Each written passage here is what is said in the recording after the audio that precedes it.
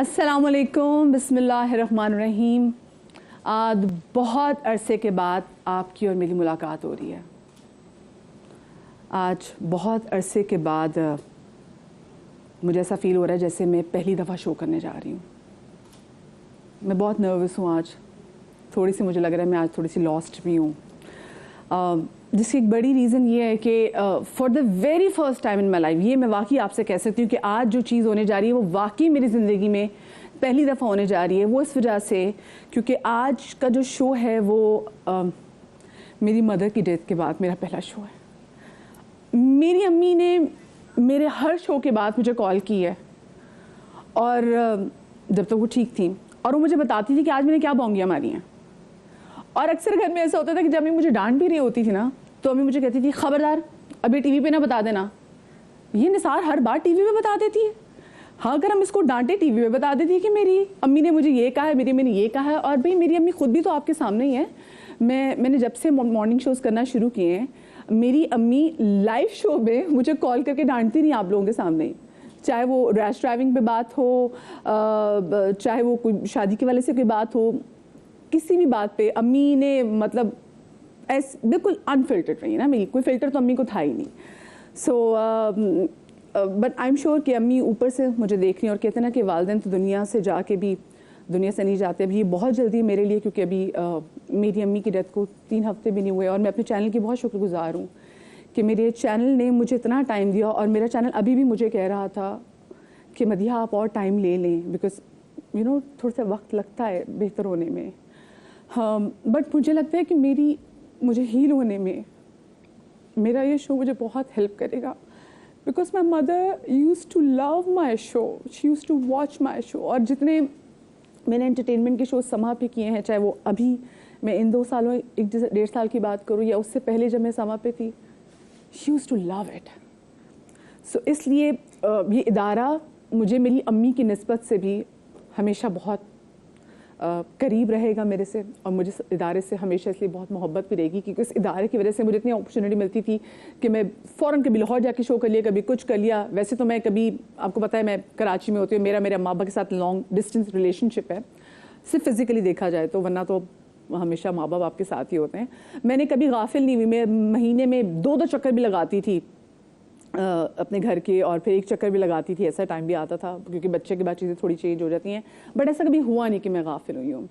सो ज़्यादा मैं आप लोगों को टाइम नहीं लूँगी, और ये भी बताती चलूँ कि this show is not about me, this show is not about my mother.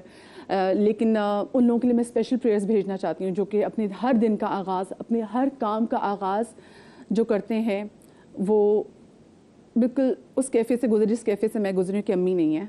और मैंने रात को अब्बू को भी कॉल की कि अब्बू हाँ मैं करने जा रही हूँ, शो करने जा रही हूँ, और वरना कुछ भी होता था तो अम्मी से दुआ लेती थी, इजाज़त लेती थी। लेकिन इस बार जब मैं लाहौर से आई for the very first time, exactly मैं आपको बता रही हूँ ना, बहुत सारी चीज़ें ऐसी पहली बार हुई मेरी ज़िंदगी में जो आपके साथ शेयर कर रही हूँ। तो पहली बार ऐसा हुआ कि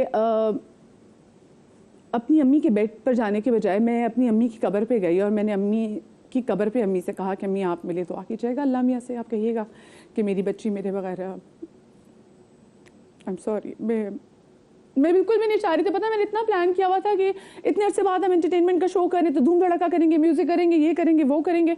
लेकिन जैसे इमाम मुत्तक़ियान का कॉल है ना कि हज़रत अली का कि मैंने इरादों के टूटने से अपने रब को पहचाना, तो कुछ ऐसी ही चीज़ें हो गई हैं।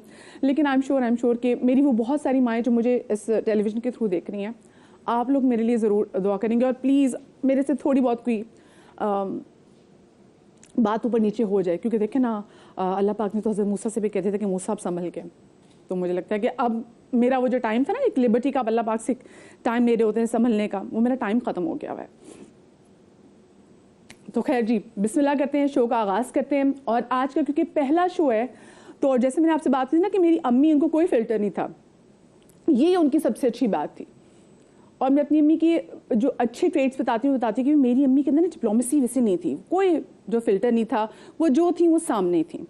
और ये बड़ी ज़बरदस्त बात होती है। आपको पता है आजकल के ज़माने में जहाँ हर बंदे को शौक है कि जी ज़्यादा से ज़्यादा अपनी कंपनी बढ़ाई जाएगी, आज के हमारे वो गेस्ट हैं, एक तो वैसे भी दे सुपरस्टार, इनको ज़रूरत भी नहीं है कि ये अपना सोशल सर्कल को बढ़ाएं, because they have ruled the industry, they are ruling the industry and they are the people. ये वो लोग हैं जिन्होंने हमारी इंडस्ट्री को फलता फूलता देखा हुआ है, और आज जो हमारी इंडस्ट्री इतने ज़बरदस्त मकाम पे खड़ी है, मैंने कहा था मैं झूले पे बैठ के दिखा दूँ ना कि पैसे हमने खर्चे में, आज मैंने झूला ऐड कर लिया है। ओहो बिस्मिल्लाह, ये मुझे इतनी मैंने सीआर दी, मैं कहीं गिरने वाली नहीं थी। लाइव शो में मैं गिर जाती, वैसे तो कभी मैंने कोई ऐसी बोंगी मारी नहीं जो वायरल हुई हो, लेकिन हो सकता है अगर मैं लाइव झूले से गिर जाती मैं वायरल हो जाती। आते साथ ही पहला शो मेरा वायरल हो जाना था कि मदिया साहिबा झूले से गिर गई, देखी क्या मनाजिर थे।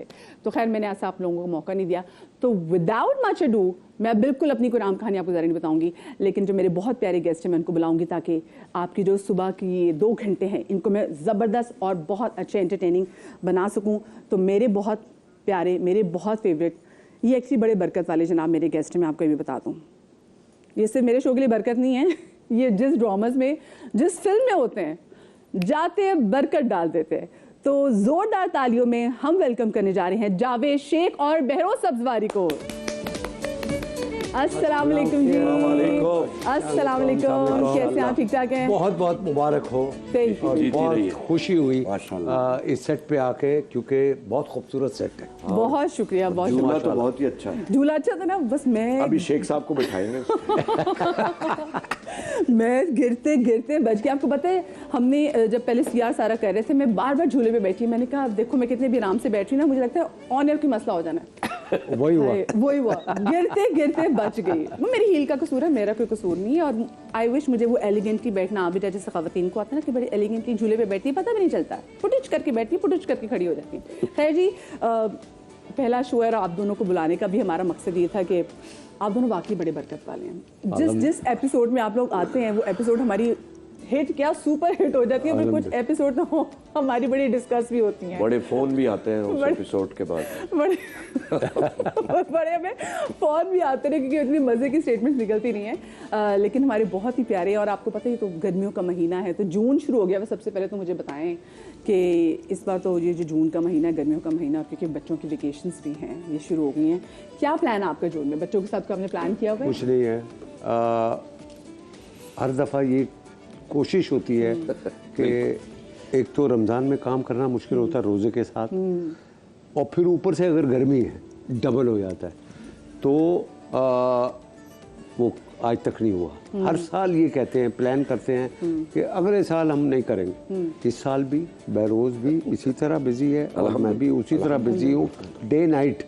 और आप अंदाज़ा करें कि ये 40, 42, 45 डिग्री गर्मी में फील लाइक शूटिंग करते हैं। बिल्कुल, मैं भी कहने लगी थी। हाँ, तो वो उसमें ना एसी चल सकता है जब हम शूट कर रहे होते हैं, ऊपर से लाइट्स होती हैं, बड़ा प्रॉब्लम है, बहुत प्रॉब्लम है। हम ये कहते हैं, लोग कहते हैं बड़ी आराम वाली ज़िंदगी है ये, वो आके हमें काम करता हुआ देखे। मैंने तो बल्कि वो बर्फ़ के साथ हाथ टॉवल रखे हैं जो हर 5 मिनट के बाद वो रखता हूँ। अच्छा, ये अफोर्ड कर सकते हैं? कौन सा मेकअप करना होता है? स्किन इनकी चमत्कारें मार रही होती है ना। ये मैंने इनको आते साथ कहा, मैंने कहा इतना क्यों आप लोग चमक रहे हैं, चले जाके फौरन हल्का सा मेकअप करवा लें।